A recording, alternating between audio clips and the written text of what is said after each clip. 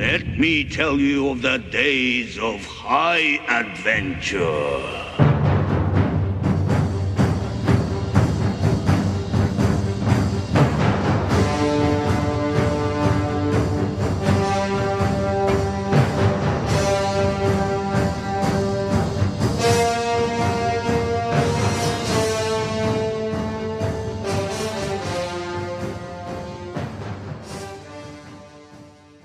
Hey there nation, welcome to the show where we help you to play miniatures wargaming on a budget.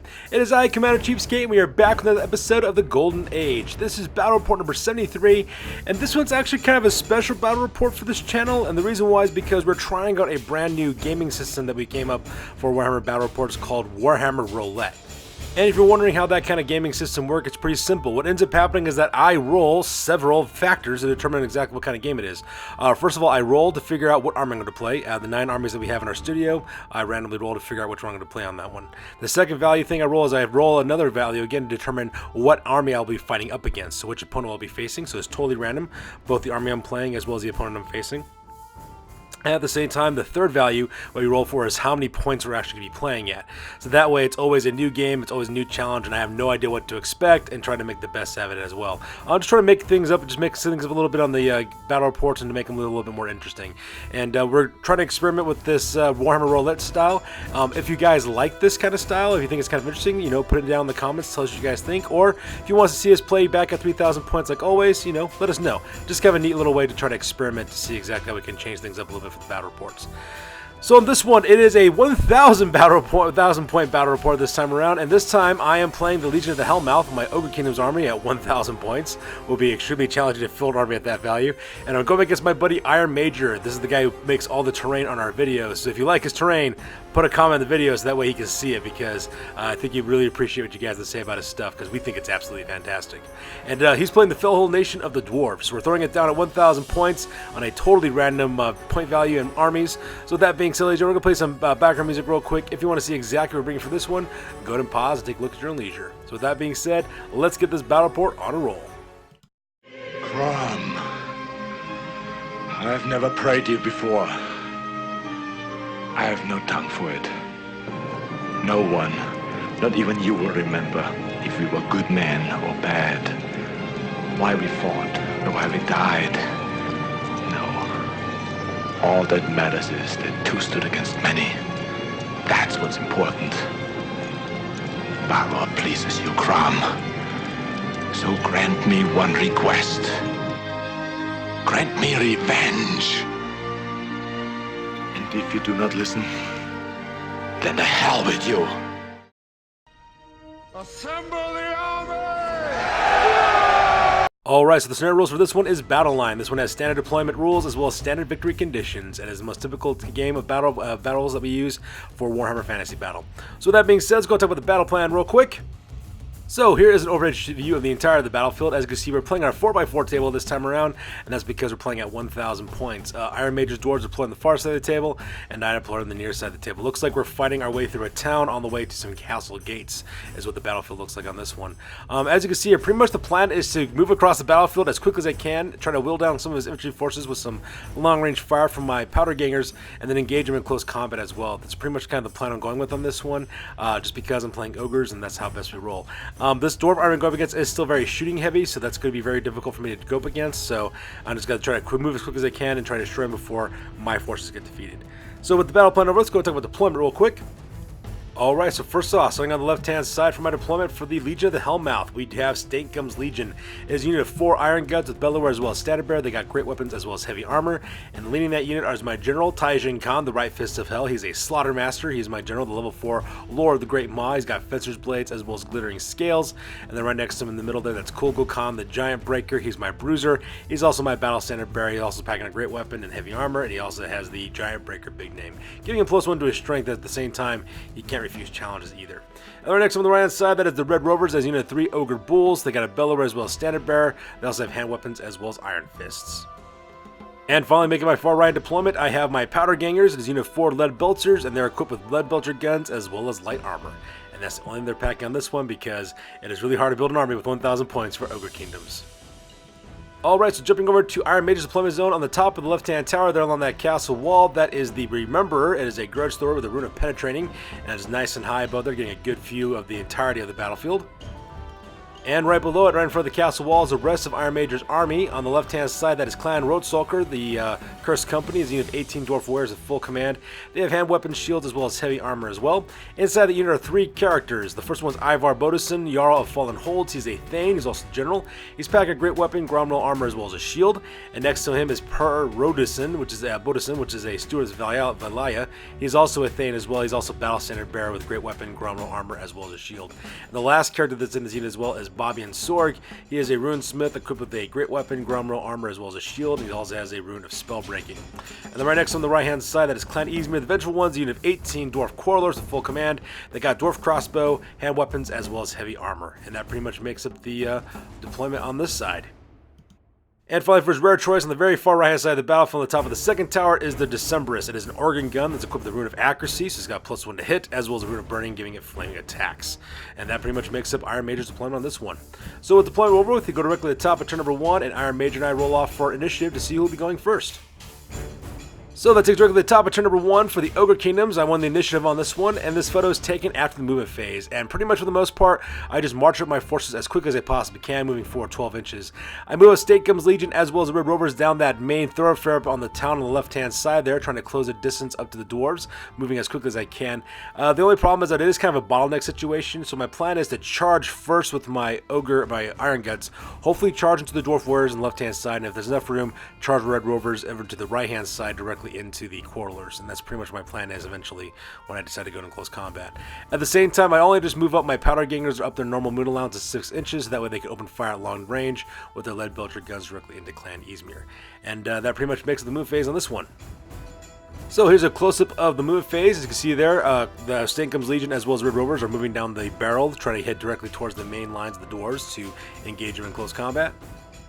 And here's a long-range picture of the lead belchers. The powder gangers getting ready to do some long-range shooting at guns o'clock and hopefully flick off some dwarf quarrelers at the same time. So with the movement phase over with, I go directly to the magic phase, which really doesn't happen because my opponent pretty much shuts it down. All the spells I try to cast, he manages to dispel, and he also uses the rune of spell breaking to stop me from getting troll guts off. So that part was kind of crazy. So with the magic phase over with, go directly to the shooting phase.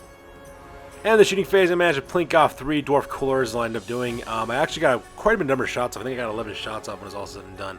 Unfortunately, though, the dwarves are just tough. You know, they're toughness 4. I'm packing strength 4 weapons, so you know they can kind of survive whatever I'm throwing at them. And that pretty much makes up the shooting phase on that one. So with the turn over with, we go directly to the top bottom of turn number 2 for the dwarves. And if you can imagine, the bottom of turn number 1 for the dwarves, this is what the moving phase looks like, which basically means there is no moving phase, because as we all know, dwarves don't really move. They play defensively, so there's no reason for them to move at all whatsoever. So here's a close-up of the dwarves' movement phase, or lack thereof. As you can see there, his dwarf warriors from the Clan Roadsalker as well as Clan Izmir, they're just located exactly where they're at. No reason for them to move whatsoever. So with the movement phase over with, we skip the magic phase because dwarves don't play that game, and we go directly to the shooting phase. And the shooting phase of the Dwarves is pretty lackluster this turn. Originally, Iron Major opened up with the Grudge Thrower, the Remember. Unfortunately for him, though, he scatters a shot by 8 inches, so it just goes way off to the left and doesn't manage to hit anybody, so got really lucky on that one.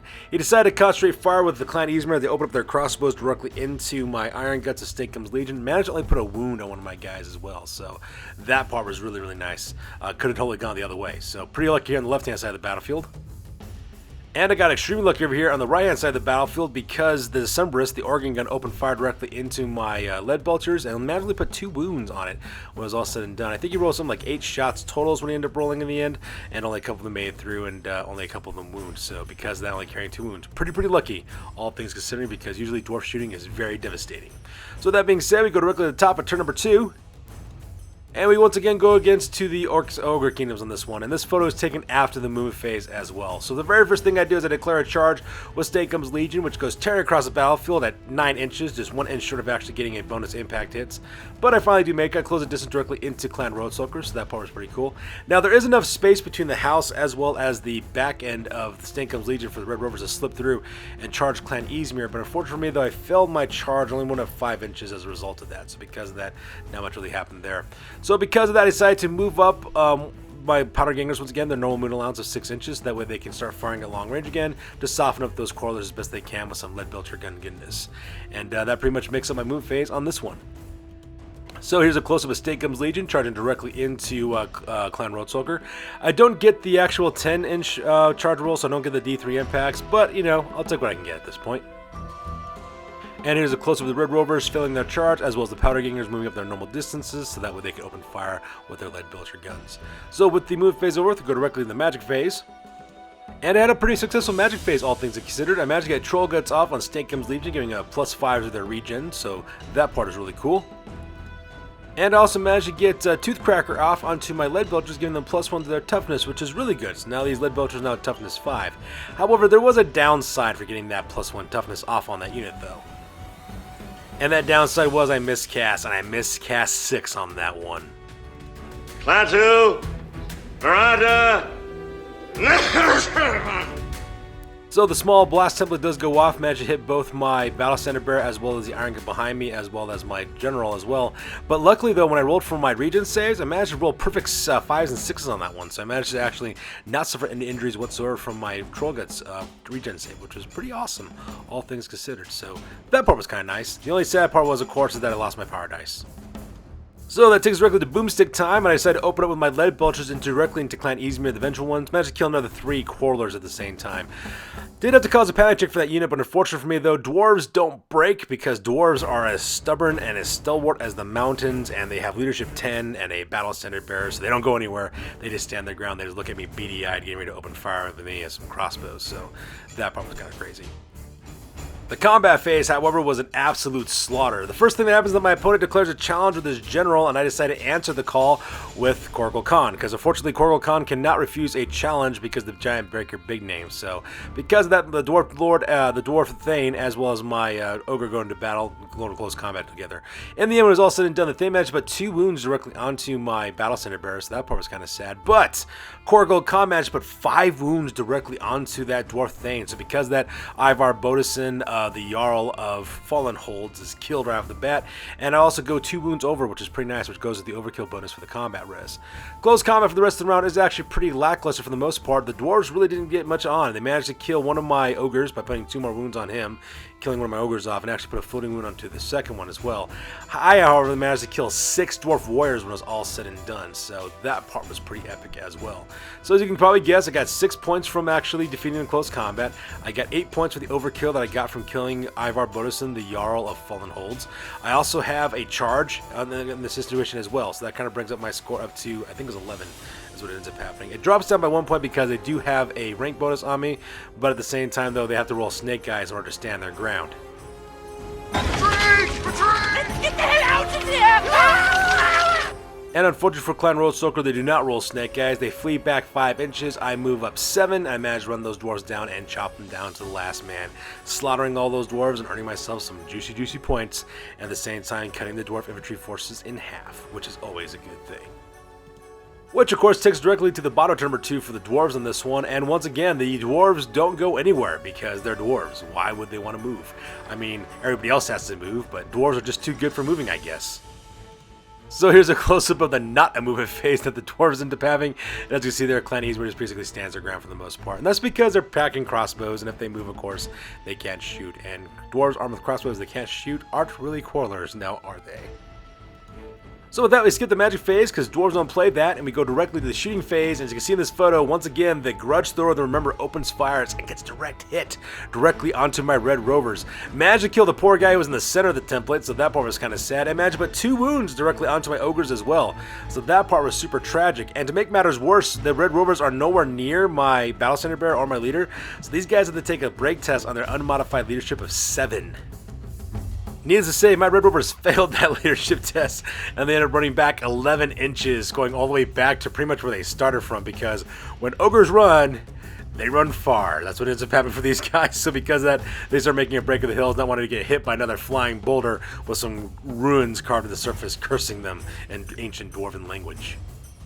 And once again, the Clan Eastman Adventure ones opened fire directly with their crossbows into my lead belchers. Luckily for me though, I do have the +1 toughness, which really saved me on that one. However, they did manage to put 3 wounds in total onto this unit, managed to kill my one lead belcher with the 2 floating wounds, and managed to put 2 more on the other dwarf, on the other lead belchers. So that part is kind of sad because this unit's almost halfway dead, and that part is pretty scary.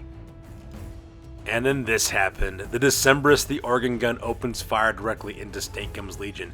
It has the rune of accuracy. They have +1 to hit, which is pretty horrific by itself, but they also have the rune of burning on that thing, and I lose my regen saves because my poor ogres are being shot to pieces with flaming shot from a organ gun. Managed to wipe out, I think, 2 of my ogres and put 2 more floating wounds on the other one as well. Pretty much leaving only 1 wound left from one of my iron guts, and then my 2 characters, and that part is it. That was absolutely terrifying to see that happen.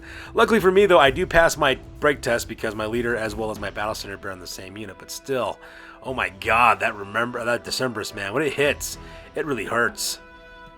So that takes us directly to the top of turn number 3 for the Ogre Kingdoms. This photo is taken after the movement phase, and once again, just some normal movement take place for the most part.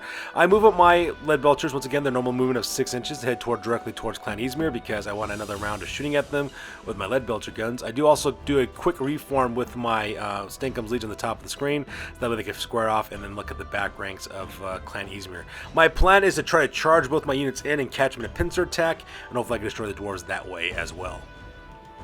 So here's a close-up of my Kingdoms Legion as well as my lead belchers from the powder gangers getting ready to charge into a pincer attack directly into Clan Eastmere, and I'm looking forward to that.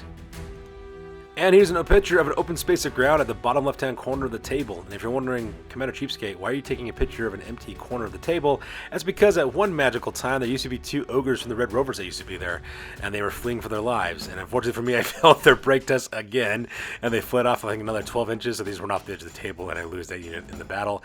And at the same time, Iron Major earned some juicy points, which was really sad. Hence the picture. So we go back to the magic phase on this one, and I actually have a pretty good magic phase. Managed to get Toothcracker off onto my lead belchers once again, giving them +1 to their toughness. At the same time, managed to cast Troll Guts in the unit as well, giving them 5 up regen, which is pretty awesome, all things considered. So, hooray for magic phase. And no miscast either, which is a nice little bonus. And in the shooting phase, I managed to kill another 3 Quarrelers as well when it was all said and done after I opened up with my lead belcher guns onto that unit. So that part was pretty amazing as well. This unit's now at half strength, but unfortunately for me though, Iron Major passes panic test because that his Quarrelers stand their ground because dwarves don't break that way. And that pretty much ends my turn on this one. So that takes directly to the bottom of turn number 3 for the Dwarves, and once again, the Dwarves have a pseudo movement phase because Dwarves don't need to move, because they don't have to move, because why should they move? That's the way they've been engineered, for them to stay perfectly still and, you know, take lots of punishment as well as dish out punishment at the same time, I suppose.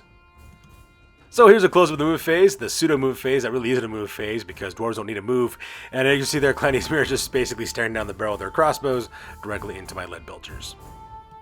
So we skip the magic phase because dwarves don't have one, and we go directly to the shooting phase, and if you notice there's a big empty space of cobblestone where 3 lead belchers used to stand, and the reason why is because my opponent opened fired with the Decemberist, his organ gun. That thing let off something like 10 to 15 shots. I forgot how many shots ended up lining off. But anyways, it really didn't matter because the flaming shots from that organ gun took away the regen save that I had on them, and the rest of the shots was enough to just plaster that unit and destroy them. So right now, all across the battlefield are bits and pieces of broken cannon, broken bone, and bits of ogre flesh because all my guys just got blown to pieces as well. At the same time, the, the Remember also tries to open fire onto the unit as well, but unfortunately for it though, it scatters to the right, I think, like 8 inches or 6 inches. So because that doesn't really do much of anything on that part. Needless to say, the Decemberist could do all of it by himself, and that's exactly what happened. Plus, I think 1 or 2 shots also came out from the Quarrelers as well. So after drying the tears from my eyes, we go directly to turn number 4 for the Ogre Kingdoms, and this photo is taken out the move phase because I only have 1 unit on the battlefield, and I got a successful charge off with my dwarf, not my dwarf warriors, sorry, my Ogre Kingdom Iron Guts. They've got a successful charge off directly into the Dwarves. Managed to roll 10 on that one, so because each of my guys get D3 impact hits, which is always a good thing. So that pretty much makes the move phase. And unfortunately for me, when it comes to the magic phase, I rolled Snake Eyes on that one. Klaatu, Veranda, And so because of that, there is no magic phase for my army, because apparently that's just a thing that ends up happening for Ogre Kingdoms. I swear, this is the most I've ever got Snake Eye results from magic phases in my life is on this Ogre Kingdoms army. I swear, something must be up. So magic phase is over, we skip the shooting phase because I don't have one anymore. We go directly to the combat phase, and when it's all said and done, the Corlers managed to plink off my last Iron Gut, so that part was kind of sad. However, after the impact hits were all said and done, as well as the close combat attacks from my characters, I managed to wipe out Clan Izmir right off the bat, and managed to smash those Dwarf Corlers under my big, huge, iron-studded boots, and I ate the ones that I couldn't crush. So that part was pretty epic as well. So that takes us directly to the top of Timber 4 for the Dwarves, and the only thing they have left are their 2 war machines, the Grudge Thrower, remember, on the left-hand side, as well as the Decemberist, the Organ Gun, on the right-hand side. So there is no movement, so we skip magic and go straight to shooting. And just like Butch Cassidy and the Sundance Kid, my 2 characters get atomized off the table. Pretty much the Grudge Thrower magic get a direct hit off on my character, Korgel Khan, the Giant Breaker, my Battle Standard Bearer, managed to kill him without a problem. And then after he died, the Remember opened up with its shots from its organ guns and managed to shoot 8 times directly into my general and managed to kill him as well. And just like that, their bodies go cold as the flames engulf their bodies because, you know, flaming shot and all that jazz. And there you have it, ladies and gentlemen. Brings it directly to the end of the game, with the Dwarves, I think, managing to score a win on this one because, yeah, they got 2 war machines left and everything else is pretty much dead. So that being said, ladies and gentlemen, we'll go directly to the after action report because this battle report is now officially over. That's it, man. Game over, man. It's game over. I thought about staying. They offered me the chance to lead them, to teach them, to be king. Uh-huh. But my place is here, so I swallowed the juice, said the words, and here I am. Did you say the words right this time? Well, maybe I didn't say every single tiny little syllable, no, but basically I said them, yeah. Basically. Alright, ladies and gentlemen, that takes us directly to the after action report. This is the part of the battle report we talk about what went well, what went poorly, and what we plan for the next time that we do battle. And this is the after action report for the Golden Age battle report number 73. And actually, after we did the math on this one, ended up being a draw when it's all said and done, which is actually kind of crazy because that really doesn't really happen all that often on this channel. So in the end, I managed to score 1,127 points, while my opponent managed to score 1,398 points. So it's within that 100, almost 200 point range. So I think it's a draw, I believe. I might be wrong, I'm not really sure. If I am, let me know in the comments section below because I'm not really sure. So in the end, for my losses, I lost Taijin Khan, the Right Fist of Hell, Korgel Khan, the Giant Breaker, Stank Kingdoms Legion, as well as the Red Rovers and the Powder Gangers. So pretty much my entire army. And Iron Major, he lost Ivar Bodison, the Jarl of Fallen Holds, Per Bodison, the Steward of Valaya, Babian Sorg, Clan Roadstoker, the Cursed Company, and Clan Izmir, the Vengeful Ones. In fact, he lost pretty much his whole army, except for his 2 war machines. In the end, experimenting with this new Warhammer roulette system is kind of neat way to set up our battle reports.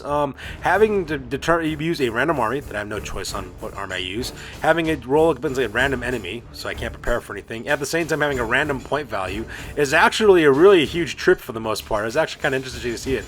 Actually kind of got us jazzed up for the battle report for this one, is because there's something new and exciting, and makes things kind of interesting on this one. It's been a long, I'm not even joking, a long time since I fought it out at 1,000 points on anything that we actually had it for our channel. So because that, it was a real challenge to play at 1,000 points, because I usually like playing at 3,000, so about a third of what I'm used to playing.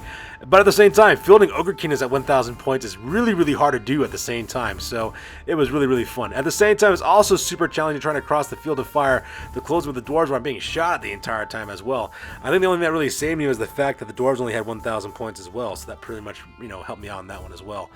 I was actually also really surprised to see how easy it was for my ogres to fight against the dwarves in close combat. I mean, usually when I go against dwarves, it's usually kind of like a one-sided fight, and usually the dwarves are winning.